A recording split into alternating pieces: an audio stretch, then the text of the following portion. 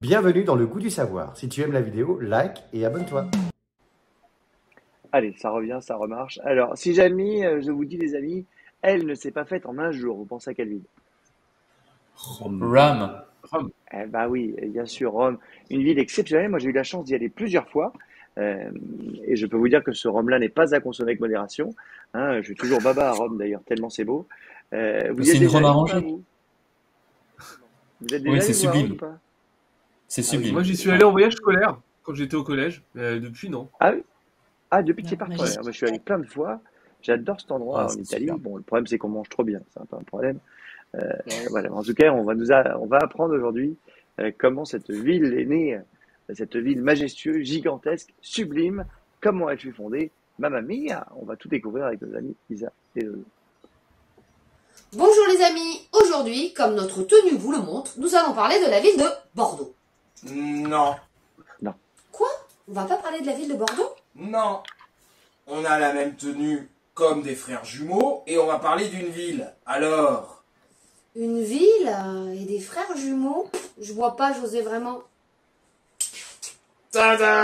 Ah, et oui, évidemment. Alors Alex, on va parler de quelle ville aujourd'hui?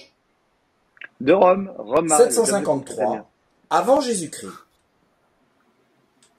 Ça remonte, hein. Eh oui, c'est en 753 avant Jésus-Christ, c'est-à-dire au 8e siècle avant Jésus-Christ, que la ville de Rome aurait été fondée par deux jumeaux, Romulus et Rémus. Alors Romulus et Rémus, c'est pas n'importe qui, attention, hein. Ce sont les descendants d'un prince troyen qui aurait fui la ville de Troie, et ce prince troyen, il aurait comme mère Vénus. Romulus et Rémus eux-mêmes auraient comme père Mars. Donc vous voyez, c'est des gens extrêmement importants. Ah oui. Et ces deux frères, ils auraient été abandonnés et tout simplement recueillis par une louve qui les aurait allaités. Non, mais non, mais non, non, Mais non, qu'est-ce qui non, se passe? non. Bah- Je dis non. Mais enfin, deux enfants orphelins abandonnés eux-mêmes, d'ascendance divine et élevés par une louve. Mais enfin, on est en plein mythe là, Isabelle. Oui, exactement, José, c'est bien ça. Je suis en train de vous raconter le mythe de la fondation de Rome. Ah bah oui, d'accord. Mais nous, ce qu'on veut aujourd'hui, c'est pas des mythes, c'est de l'histoire. Eh bah oui. Dehors, Alors. madame le mythe, c'est pas possible. Ici, on fait de l'histoire. Allez, vous sortez. Bon, ok, d'accord. Ah bah oui. Alors maintenant qu'on est entre gens sérieux, on va faire de l'histoire et on va comparer ça avec ce mythe. Que nous apprend l'histoire? Eh bien, l'histoire, grâce à des recherches archéologiques, nous montre qu'effectivement, il y a eu la fondation sur le site décrit par le mythe de la fondation de Rome. Eh bien, sur ce site, il y a eu un village qui a été créé. On sait même que c'est un village de bergers grâce aux objets qu'on a retrouvés. Et là, on peut peut-être comparer histoire et mythe, parce que le mythe nous dit que, après avoir été allaité par une louve, ça c'est pas de l'histoire, c'est du mythe, les Romulus et Rémus auraient été recueillis par des bergers. Des bergers, mais oui, on retrouve effectivement un village de bergers.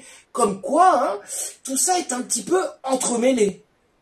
Eh oui. Et c'est même encore plus entremêlé parce que les archéologues ont même trouvé, là où a été fondée Rome, une muraille. Une muraille avec le nom d'un roi. Eh oui. Romulus? Et non. Rémus? Justement. Mais non, toujours pas.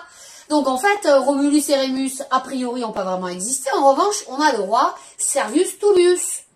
Et qui c'est ce Servius Tullius? C'est un Étrusque. Quoi? Un Étrusque. C'est quoi? Les Étrusques, c'est les premiers habitants de Rome. Eh ben dis donc, Ah. on apprend des choses ici.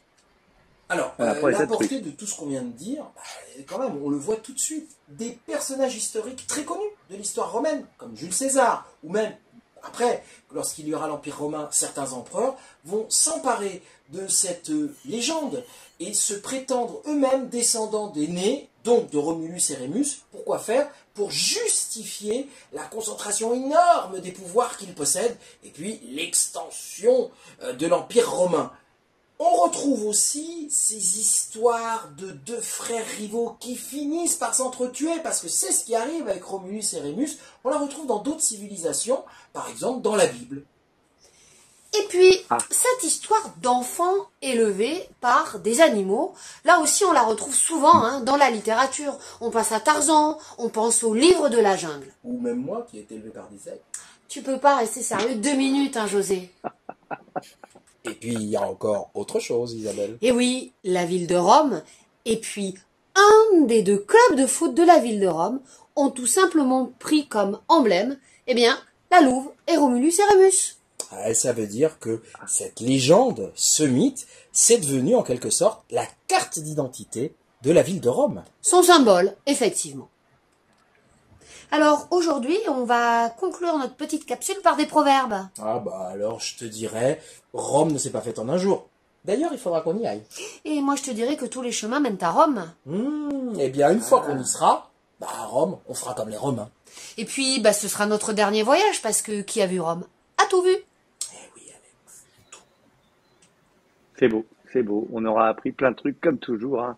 Ils sont